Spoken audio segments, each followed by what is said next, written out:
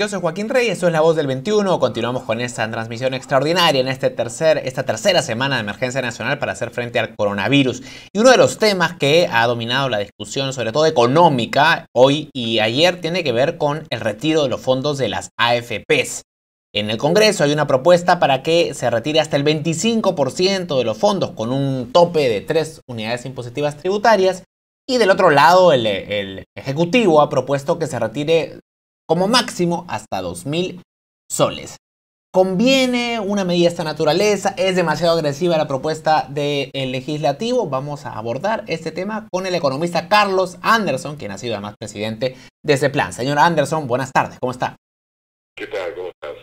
Es un gusto saludarlo. Quisiera empezar preguntándole, a un nivel general, digamos, al margen de las propuestas del Ejecutivo y Legislativo, ¿es una buena idea retirar fondos de las AFPs para hacer frente a una crisis como la actual?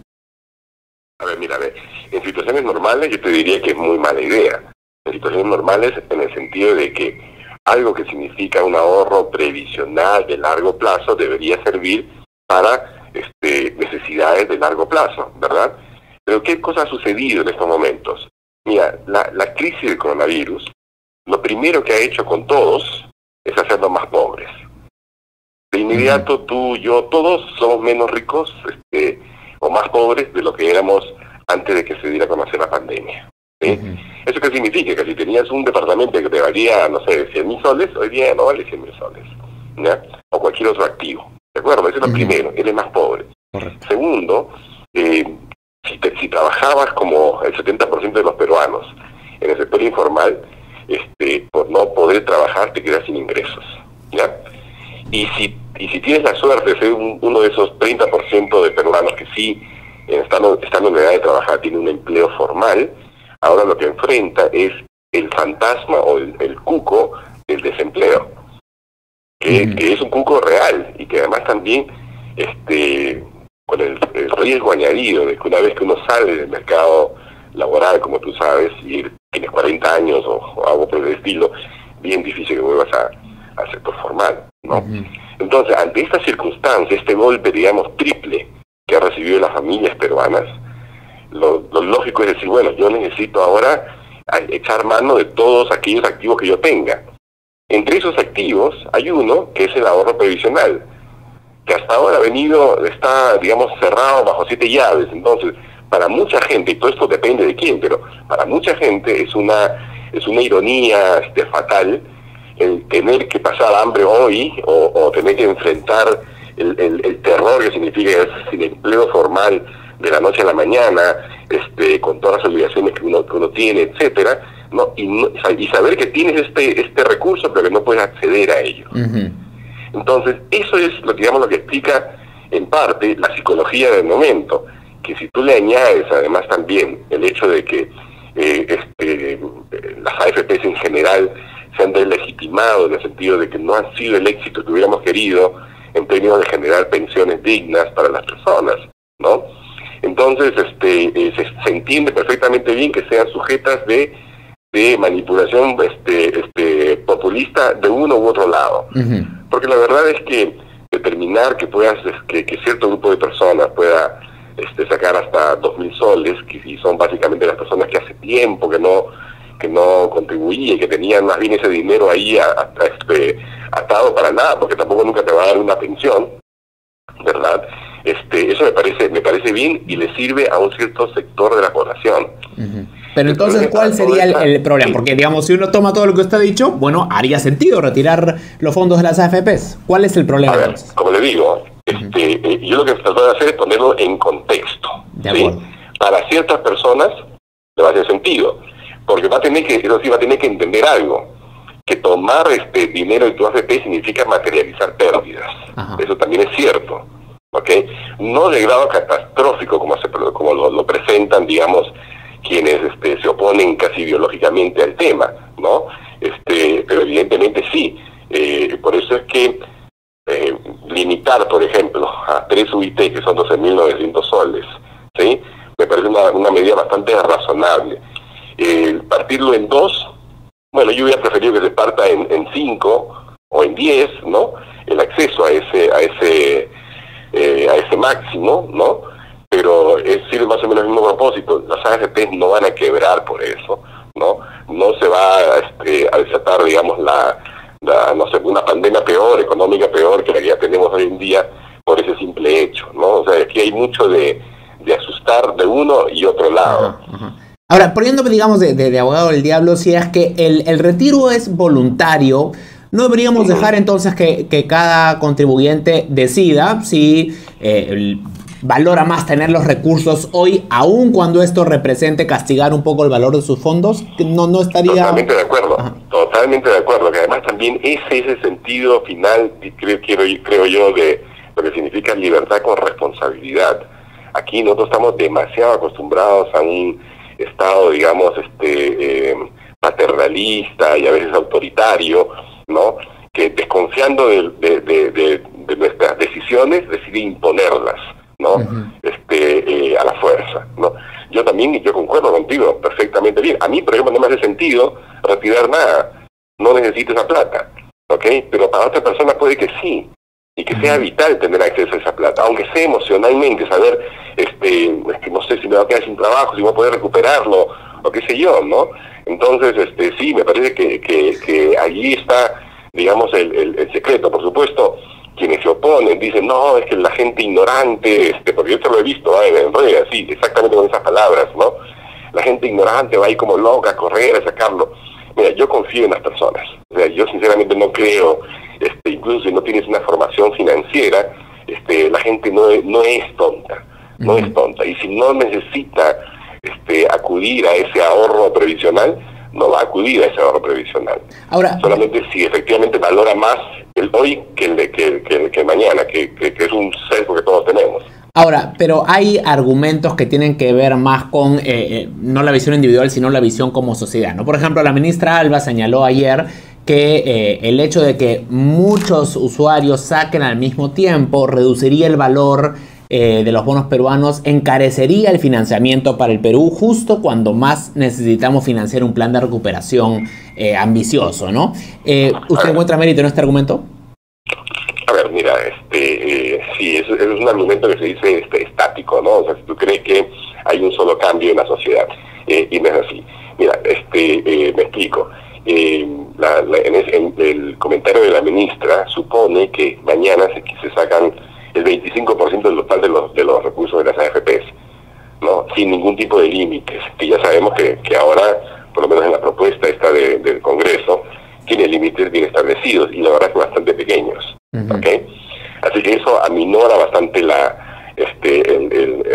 tema. En segundo lugar, la idea de que esto afecta de inmediato los bonos peruanos, mira, porque van a tener que liquidarlos, significa que las AFPs están siendo bastante mal manejadas, entonces, porque cualquier gestor de fondos, ¿no?, en momentos de iliquidez, en momentos de incertidumbre, etcétera, lo primero que hace es pasarse a cash, a efectivo, ¿no? Así que si no lo hicieron, ¿sí?, pues que sean castigadas, ¿no? Porque la verdad es que tendrían que haberlo hecho ante todo el panorama que se veía venir, no ahora en marzo, ¿eh? Porque esto está desde noviembre. O sea, quienes siguen las finanzas internacionales hace un montón de tiempo que nos dimos cuenta pues de que esto iba a ser un año súper ultra difícil en ese sentido, ¿no? Así que yo no creo que sea tan inmediato. Mira, hay los bonos, el precio de los bonos, la forma como fluctúa, depende mucho de los temas de liquidez internacional que existe. Y una de las cosas que estamos viendo es que justamente todos los gobiernos de países desarrollados están abriendo las compuertas de la liquidez a morir, ¿ya? Y no todo se va a ir a sustentar producción y consumo. Así que yo la verdad es que no me compro el argumento catastrófico de que abrir, digamos, la posibilidad del 25% implica necesariamente una caída brutal en el precio de los bonos y una subida también brutal de la tasa de interés. Si hubiera que llegar a un término intermedio, digamos, entre lo que propone el Ejecutivo, que son el tope de 2.000 soles, y la propuesta del Congreso que propone el 25% con un tope de 3 UITs, que es algo así como 13.000 soles, si no me equivoco, ¿usted encontraría un punto medio o se iría de frente hasta los 13.000? Ese es el punto medio. Yo creo que el punto al que ha llegado el proyecto de ley es el punto medio, ¿no? Porque la propuesta original que tenían ahí en el Congreso era el 25% sin ningún tipo de contrapisa, sin ningún tipo de límite máximo, ¿no? Me parece bien que haya un límite, me parece muy bien, porque realmente, o sea, 13.000 soles no va a cambiarle la vida, que te digo, a una persona de clase media alta, qué sé yo, pero le puede cambiar la vida a una parte importante de esa clase media emergente, ¿no? Que sin embargo siempre ha tenido el problema de tener empleos que son sumamente vulnerables, como lo estamos viendo ahora. Ahora, conociendo, digamos, o tratando de predecir el comportamiento de los agentes económicos, que no siempre es fácil de predecir, ¿cree usted que hay el riesgo de que gente que no necesita de manera urgente la liquidez retire los fondos y esto genere una mayor presión? Porque como ha señalado usted, es perfectamente comprensible que quien realmente necesite la plata la retire, pero también hay el riesgo de que alguien, habiendo esta posibilidad, la retire sin que la necesite hoy en día. ¿Cómo cree usted que vamos a reaccionar ante esta posibilidad en general? Bueno, a ver, si la retira, ¿dónde la va a poner? O la pone en consumo, ¿sí? O la va a poner en las cajas, ¿no? O sea, esa plata no va a escapar de aquí. No la van a mandar al extranjero, no van a comprar acciones de Google. Sería un poquito inocente pensar eso, ¿sí? Y te digo una cosa, además también a nivel macro, ¿ya? Aunque no lo digan en voz alta, el gran riesgo que tiene la economía peruana, ¿ya?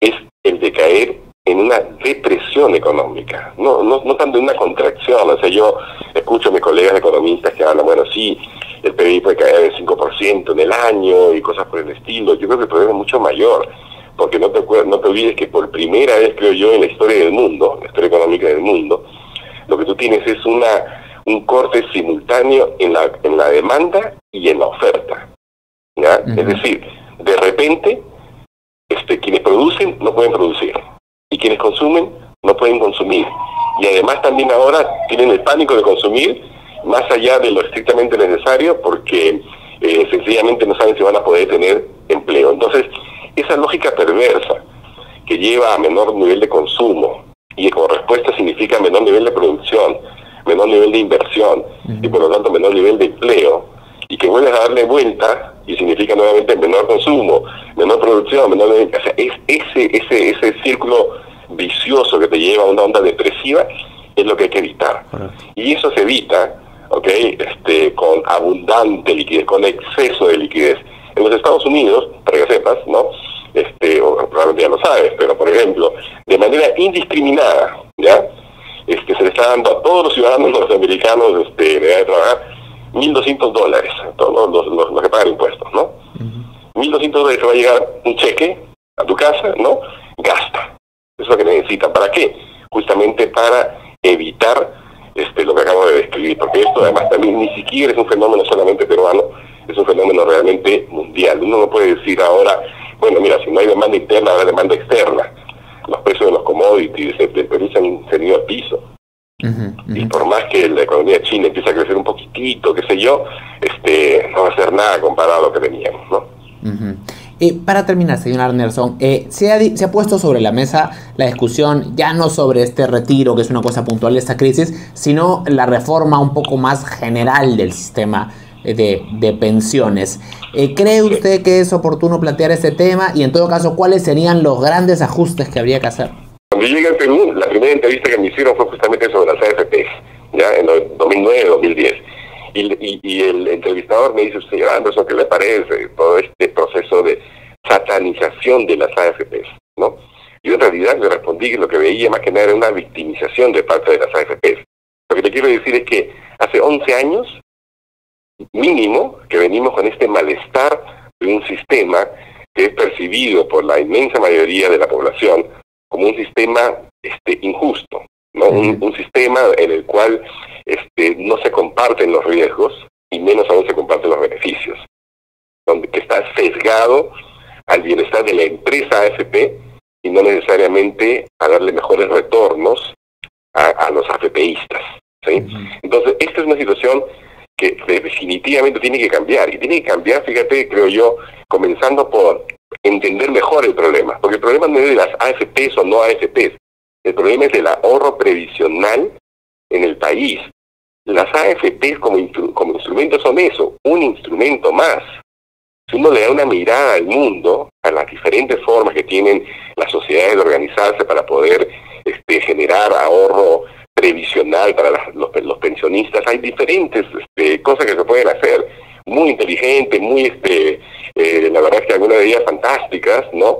Y a mí, sinceramente, que he tenido la suerte de mirar el mundo y otras experiencias, me duele muchísimo ver cómo en el Perú nos hemos cerrado los ojos, los oídos, la boca, no queremos considerar que hay otras posibilidades. El BID, hace un año y medio, más o menos 2 años, ha publicado, por ejemplo, un informe que es una especie de escaneo horizontal, una mirada, un montón de experiencias, y ahí, mira, solamente con mirar ese documento, tienes 50 ideas para mejorar el mundo de las AFPs, o sea, el ahorro previsional en el Perú, ¿no? Desde cosas tan sencillas como, por ejemplo, preguntarse cuál es una de las empresas de este tipo, ¿no?, más rentables y que le genera mayor rentabilidad a sus afiliados. Una empresa que se llama Afore, porque en México se le llaman Afore en Bursa, que no te cobra por mantenimiento de tu cuenta, no te cobra por lo que tú recibes de pago, ¿no? Te asegura un mínimo de rentabilidad y eso sí, comparte contigo el upside, ¿no? Después de ese, no sé, 3% creo que es de rentabilidad mínima, de ahí en adelante, ¿sí?, ellos te quedan con 1/3 y te dejan así 2/3 de lo que está allí, pero no te cobran absolutamente nada en relación a tu fondo, ¿no?, ni tampoco a tus aportes, ¿no? Ese, por ejemplo, un modelo. Otro modelo, el 401k, el 401k de los Estados Unidos, que son mecanismos cofinanciados, ¿no?, en los cuales el Estado podría participar de manera muy imaginativa, o las propias empresas, para poder atraer a los mejores empleados. Entonces, yo sí creo que hay la necesidad de tener un debate inteligente, intenso, alejado de los intereses específicos de los grupos financieros, ¿no? Y que, por ejemplo, parta de romper algo que también me parece una tremenda tontería, que es vincular necesariamente el empleo, ¿no?, a la tenencia o no de una AFP. O sea, uno debería poder tener ahorro previsional independientemente de si tiene o no tiene un empleo formal. Y en cualquier reforma, ¿el sistema privado debe coexistir con un sistema público? Mira, ¿por qué no? O sea, hay sistemas mixtos, como te digo, hay una enorme variedad. Lo que sí debería primar es que haya la libertad de elegir uno, ¿sí?, y que esa elección se pueda hacer de una forma transparente, ¿no? Y eso significa mayor información. De acuerdo, señor Anderson, muchas gracias por su tiempo, ha sido muy interesante escucharlo. Bien, era Carlos Anderson, economista, haciendo una evaluación de la propuesta de retiro de fondos de las AFPs. Esperemos que esta semana, probablemente, o en los próximos días, se defina finalmente el proyecto que aprobará el Congreso en torno al retiro de los fondos de AFP que se está proponiendo para brindar liquidez a las familias en estos días de crisis sanitaria, que es también evidentemente una crisis económica. Bien, hacemos un corte y regresamos en cualquier momento con más información en esta tercera semana de emergencia nacional para hacer frente al coronavirus. Con permiso.